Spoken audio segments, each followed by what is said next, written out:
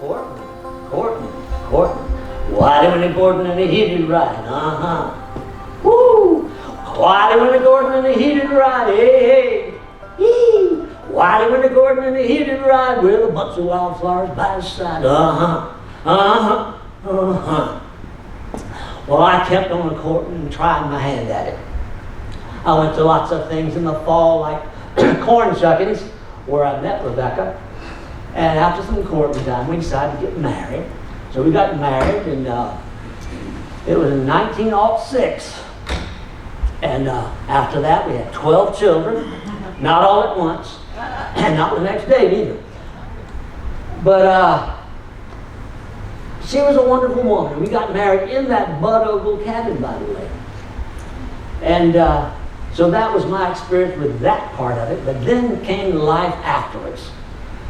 So we got married, and then we was going to go to Scratch Britches Mountain because Harvey Henderson, my brother, had a cabin there. He said we could go live there. So we went to that cabin at Scratch Britches Mountain, and we got there, and my daddy gave me some honey to take with us, and he showed me how to hunt for wild bee trees in the woods to find some more honey if I needed later on. So on our honeymoon, we just had honey and more honey. Well, as you probably know, honeymoons don't last forever. You wouldn't want to hear about the first time we had words, would you? You want to know when the honey turned sour with honey? Do you insist? Yes. You insist on hearing? Well, you nosy people, just like me. Well, we had been there weeks, maybe a month or two, I can't quite remember. But one day, Rebecca said something to me that just didn't sound good. So I said to her, if you're going to talk to me that way, I'll get my hat and I'll go down to Daddy in Gatlinburg, and you can go to wherever you want to. So I went to the door, and I got my hat on, and I heard her say, Wiley. And I thought, oh, she's going to apologize. So I turned back around, and she had this smile on her face, a weird kind of a smile. And she said, Wiley, maybe you ought to give me a lock of your hair. Leave me up here in these mountains all by myself. Well, that just made me a little bit madder. So I decided to go right on. So I went right on down towards the cow barn. We'd managed to have a cow by that time, so we needed a barn to lock it up in at night because the bears were so thick. So we had to protect it. And as I got down towards that cow barn, I started thinking, well, you know, that's a mighty few words to leave that girl up here in the mountains all by herself. Maybe I'll just stick around and just see her out. So I decided to slip in behind the barn and wait back there. So I slipped in behind the barn, and it was quiet, and I was still.